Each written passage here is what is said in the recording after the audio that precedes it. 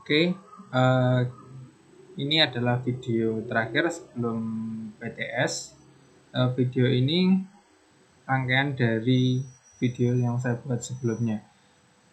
Pada pembahasan kali ini, yang akan kita bahas adalah budaya politik di Indonesia.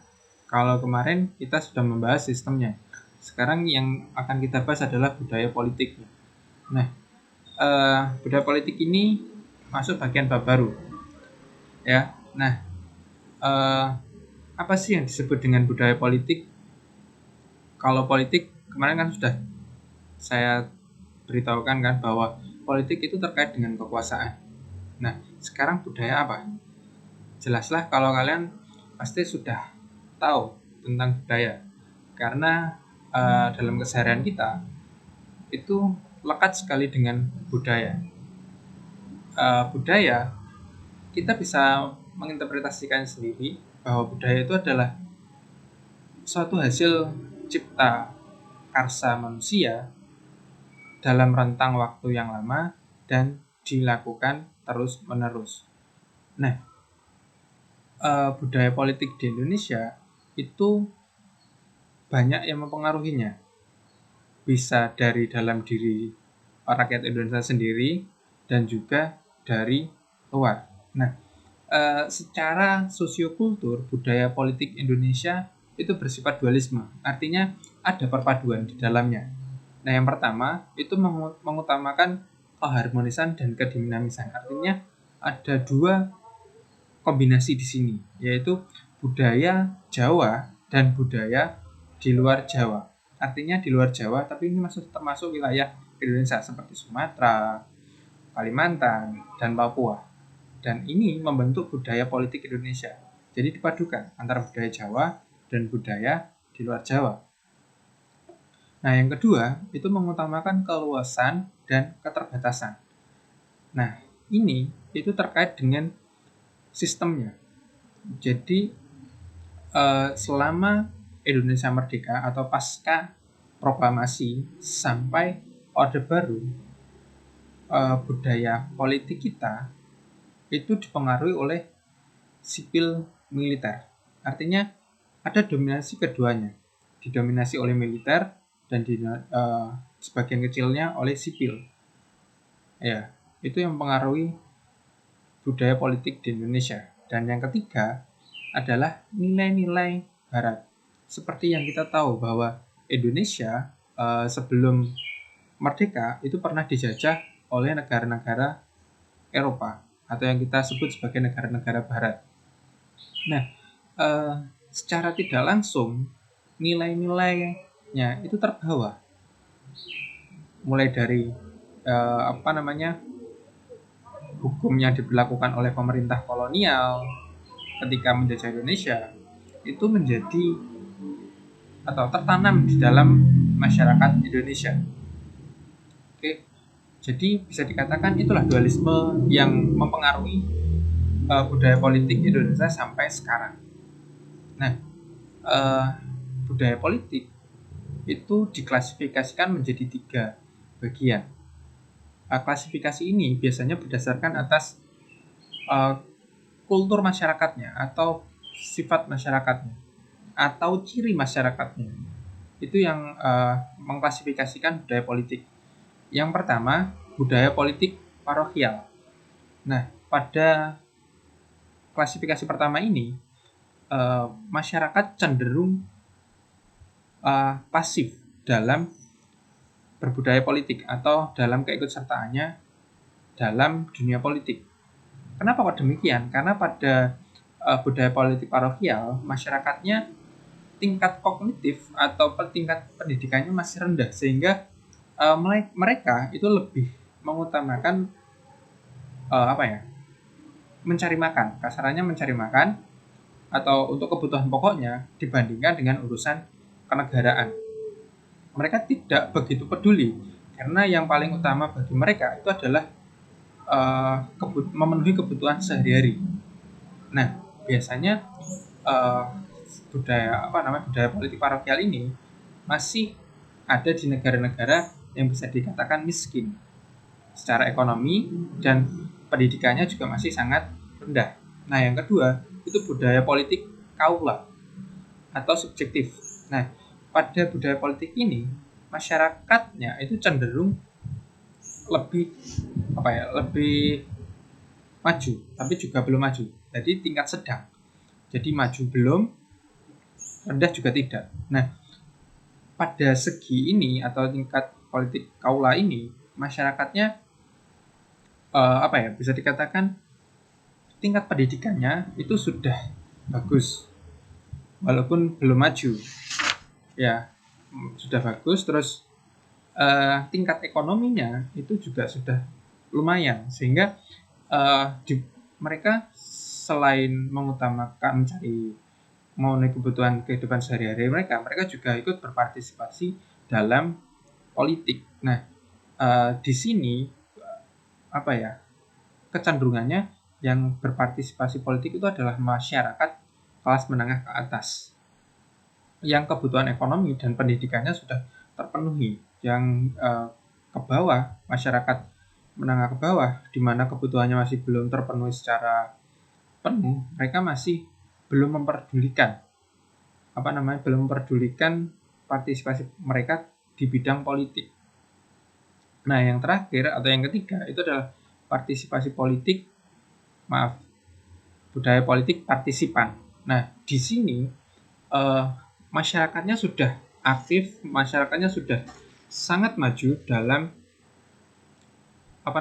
dalam keikutsertaan mereka dalam bidang politik, karena tingkat pendidikannya dan tingkat ekonominya sudah sangat terpenuhi, sehingga mereka sangat peduli terhadap negaranya, apa yang terjadi pada negaranya, bagaimana negara yang ke depannya, itu mereka sangat peduli. Jadi ini budaya politik partisipan biasanya terjadi di negara-negara yang sudah maju seperti Amerika, Jepang, dan negara kebanyakan Eropa. Mereka tingkat partisipasinya sangat tinggi, atau budaya politiknya itu sudah budaya politik partisipan. Mereka sangat tinggi. Nah, sekarang pertanyaannya, di mana Indonesia sekarang ini? Nah, jadi dalam perkembangan waktu, Indonesia juga mengalami perubahan. Mungkin pada era-era pasca kemerdekaan, Indonesia masih budaya politik parokial, artinya yang pertama. Karena pada waktu itu tingkat pendidikan masih sangat rendah. Tapi setelah berselang 30 tahun, 40 tahun, sampai 75 tahun seperti sekarang ini, budaya politik Indonesia sudah mencapai tengah atau budaya politik kaula. Ya, karena pada posisi ini di masyarakat perkotaan itu sudah sangat tinggi partisipasinya, karena walaupun tidak semuanya, tapi di tingkat masyarakat kota kan kebanyakan pendidikan dan ekonominya sudah terjamin. Berbeda dengan masyarakat di tingkat daerah yang kadang itu untuk memenuhi kebutuhan sehari-harinya saja masih sangat sulit, sehingga kita itu berada di tingkat partisipasinya masih di tingkat tengah atau kaula. Mungkin saja 20 tahun atau 30 tahun ke depan ekonomi sudah merata, pendidikan sudah merata, sehingga masyarakat secara sukarela, mereka secara aktif sudah ikut berpartisipasi dalam dunia politik. Entah itu dunia politik yang instan ataupun yang benar-benar politik. Kalau instan itu misalnya yang kayak pemilihan umum seperti itu. Yang selanjutnya itu adalah ciri budaya politik Indonesia. Nah, ciri-ciri budaya politik Indonesia itu bisa dilihat dari diri kita. Diri kita itu seperti apa? Itu bisa mencerminkan budaya politik Indonesia. Jadi, melihat diri kita itu sama dengan melihat Indonesia. Ya, kelakuan kita, sifat kita itu mencerminkan Indonesia. Nah, ini juga jadi tidak perlu jauh-jauh untuk melihat ciri budaya masyarakat Indonesia. Nah, tidak saya secara menyeluruh, tapi sebagian kecil seperti ini. Jadi, ciri budaya politik Indonesia itu adalah perpaduan antara budaya politik kaula dan budaya politik partisipan. Nah, di satu sisi budaya politik kaula seperti yang saya sebutkan tadi itu masih tingkatnya sedang. Artinya ciri dari masyarakat Indonesia itu adalah dia masih bersifat primordial, masih bersifat bapaisme, masih bersifat feodal. Nah, di sisi lain, sifat dari partisipan itu adalah mereka sangat aktif dalam politik. Nah, ini bisa dilihat dari masyarakat perkotaan, masyarakat kaum-kaum elit yang bisa dikatakan kasarnya gila akan kekuasaan atau mereka yang ingin berkuasa. Ya. Nah, sifat bapaisme itu seperti apa sih? Sifat bapaisme itu sifat masyarakat Indonesia yang nggih ndoro kasarannya gitu.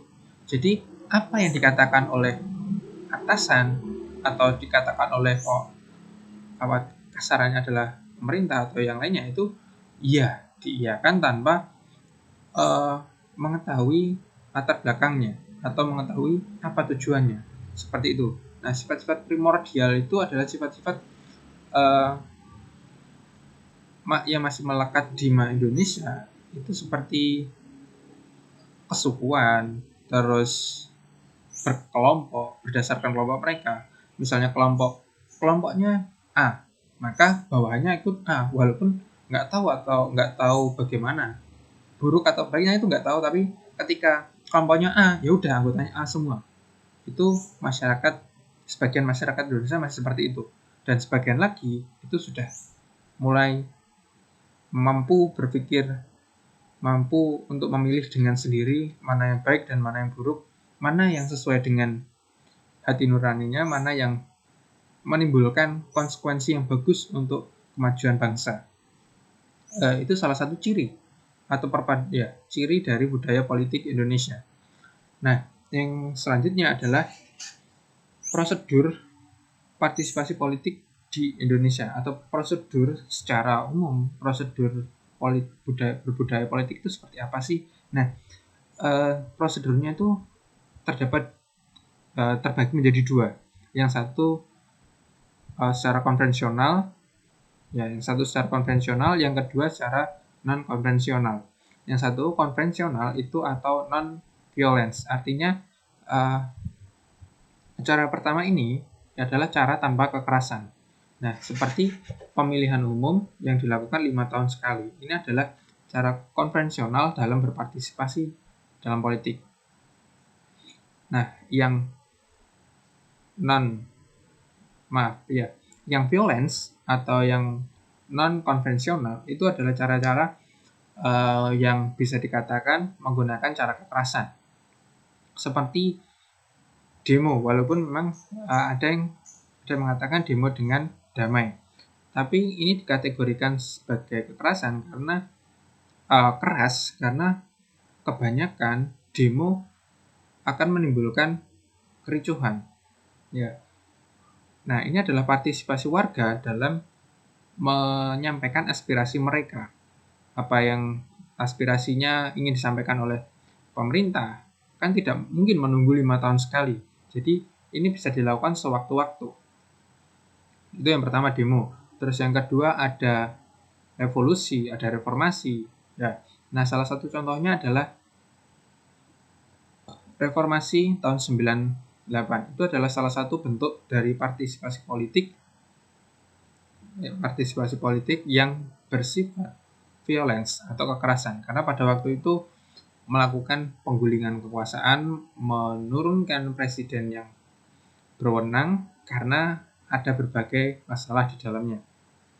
Nah, violence ini atau non konvensional itu juga bisa kudeta, seperti yang dilakukan oleh yang berita hangat sekarang ya, yang terjadi di Vietnam. Nah, kudeta militer itu adalah salah satu bentuk dari partisipasi masyarakat dalam bentuk kekerasan, karena mengkudeta dengan bersenjata hingga menimbulkan korban jiwa. Oke. Nah, itu adalah bentuk dari partisipasi atau cara untuk mengajukan, mengapresiasikan pendapat mereka dalam berpolitik. Oke. Semoga cukup jelas. Oke, yang terakhir adalah agen sosialisasi politik. Nah, politik itu perlu disampaikan kepada masyarakat secara umum. Entah itu politik yang bersifatnya sementara atau politik secara luas. Karena kita hidup di sebuah negara di mana dia menggunakan sistem demokrasi, di mana untuk memilih pemimpin itu menggunakan sistem pemilihan umum, sehingga masyarakat harus tahu politik seperti apa, walaupun tidak secara ekstrim, ya. Jadi agen sosialisasi politik itu yang paling awal itu adalah keluarga. Keluargalah yang memberitahukan, menginformasikan kepada anaknya tentang politik, walaupun mungkin secara umum dulu, bukan secara langsung kamu harus gini, harus milih ini, enggak, bukan seperti itu. Itu nanti ketika seorang sudah mencapai usianya. Ketika di awal orang tua harus memberitahukan secara umum dulu, gini loh, sebagai warga negara harus memiliki tujuan, harus seperti apa menjadi warga negara baik. Itu bagian dari peran keluarga dalam memberikan informasi politik. Yang kedua adalah lingkungan pertemanan, terus media massa, dan sekolah. Sekolah juga sama, cuma bedanya sekolah itu setahu saya itu dilarang untuk ikut serta dalam partisipasi politik praktis atau instan. Nah, jadi di sekolah itu dilarang, misalnya saya sebagai guru PPKN mengkampanyekan partai A, partai B, partai C, tidak boleh. Ya, yang boleh dilakukan oleh sekolah adalah menginformasikan secara umum pengetahuan politik, tapi bukan politik instan. Kalau politik instan itu bagian dari partai. Kalau sekolah itu tidak boleh. Jadi saya memberi informasikan ya secara umum apa itu politik dan bagaimana menjadi warga negara yang baik, seperti itu. Oke, sekian. Semoga ini dapat memberikan manfaat untuk kita semua. Terus bila ada saran, kritik kepada saya, silahkan tulis di kolom komentar atau chat pribadi. Semoga kita bisa bertemu di lain waktu. Sekian dan terima kasih. Bye.